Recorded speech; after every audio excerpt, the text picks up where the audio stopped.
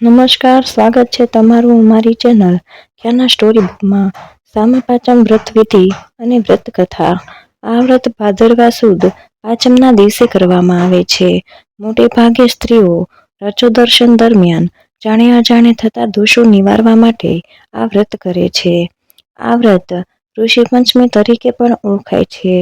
વ્રત કરનારે સવારે વહેલા ઉઠીને અતેડાનું દાંતણ કરી શરીર પર માટી ચોળી માથામાં આમળાની ભૂકી નાખીને નાહવું જોઈએ.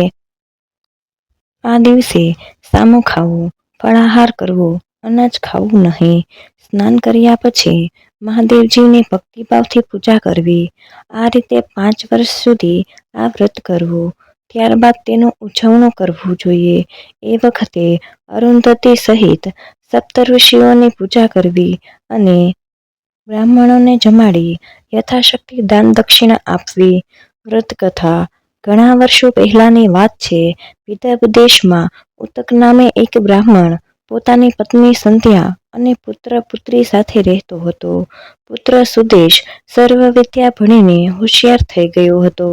પુત્રી સતમાને પણ પરણાવી દીધી હતી. આથી બ્રાહ્મણ અને તેની પત્ની હવે કોઈ ચિંતા નથી તે રીતે જીવી રહ્યા હતા. પરંતુ 1 વર્ષ થયું હશે ત્યાં તેની પુત્રી સતમા પર દુઃખના ડુંગર તૂટી પડ્યા. તેનો પતિ ટૂંકી માંદગી ભોગવી મૃત્યુ પામ્યો. સતમા દુઃખી થઈ પિયરમાં આવી ગઈ.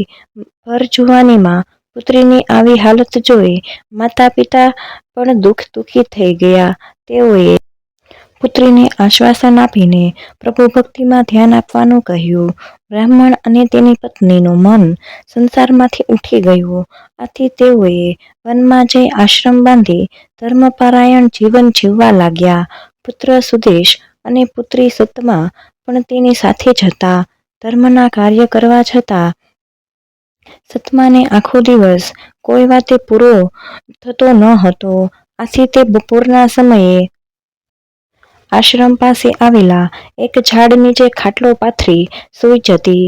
એક દિવસ તે સૂતી હતી ત્યાં અચાનક તેના શરીરમાંથી પરુ નીકળવા લાગ્યું અને તેમાં કીડા ખદબદવા લાગ્યા. આ જોઈ સતમા ગભરાઈ ગઈ અને રડતી રડતી માતા પાસે આવી. પુત્રીને આ રીતે જોઈ માતા ગભરાઈ ગઈ અને તેણે ઘરના બીજા સભ્યોને વાત કરી. બ્રાહ્મણ પુત્રીને આશ્વાસન આપી ગરમ પાણીથી સ્નાન કરવાનું કહ્યું. આથી તેને થોડી રાહત થઈ. પત્નીના આગ્રહથી બ્રાહ્મણે પોતાના ત્રિકાળ જ્ઞાનથી પુત્રીનો ભૂતકાળ જાણી લીધો. આગલા જન્મમાં તે એક બ્રાહ્મણની પત્ની હતી. તે રજસ્વલા ધર્મ પાળતી ન હતી. રજસ્વલા સ્ત્રીએ આ 4 દિવસ ઘરકામ ન કરવું જોઈએ તથા સ્પર્શથી દૂર રહેવું જોઈએ. પરંતુ આ સતમાએ એ ધર્મ પાળ્યો ન હતો. તેથી આ ભવે તેને પાપ નડ્યું છે. આ ઉપરાંત તેણે ઋષિ પંચમીની નિંદા કરી હતી. સામા પાંચમનું વ્રત કરનાર છોકરીઓની મશ્કરી કરી હતી.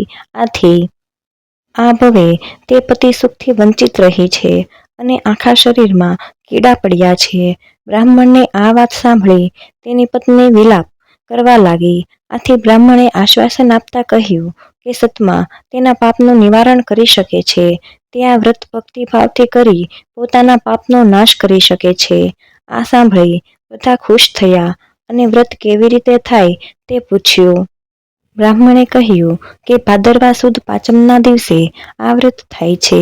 એ દિવસે સવારે વહેલા ઉઠીને સ્નાન કરીને ઘીનો દીવો ધૂપ કરવા, ત્યાર પછી નૈવેદ્યમાં ફળ ધરાવી મહર્ષિ કશ્યપ, અતિ, વિશ્વામિત્ર, ભારદ્વાજ, ગૌતમ, જમદાંગી અને અરુંધતી સહિત વિશિષ્ટનું ધ્યાન કરવું, તેમની પૂજા કરવી. વ્રત દરમિયાન ઉપવાસ કરવો અને ફળાહાર કરવો, માવો ખાવો. આ રીતે ભક્તિભાવથી વ્રત કરવાથી રજસ્વલા વખતે અજાણતા થયેલા અનેક પ્રકારના દોષો નાશ પામે છે. સતમા પિતાએ જણાવ્યા પ્રમાણે વ્રત કરવા લાગી. થોડા દિવસોમાં વ્રતનો ના પ્રતાપે તેના શરીરમાં પરુ નીકળતું બંધ થઈ ગયું. તેની કાયા સર્વ દોષોથી મુક્ત થઈ કંચન જેવી બની ગઈ. આવી અનેક ટિપ્સ, તહેવાર અને વાસ્તુશાસ્ત્રને વાસ્તુ દોષને લગતી ટિપ્સ જાણવા માટે અમારી ચેનલને લાઇક, શેર અને સબસ્ક્રાઇબ કરો. તો મળીએ એક નવા વિડીયોમાં. ત્યાર સુધી જય શ્રી કૃષ્ણ, રાધે રાધે, ધન્યવાદ. સ્ટોરી પસંદ આવે તો કોમેન્ટ બોક્સમાં ઋષિ પંચમી જરૂર લખી દેજો.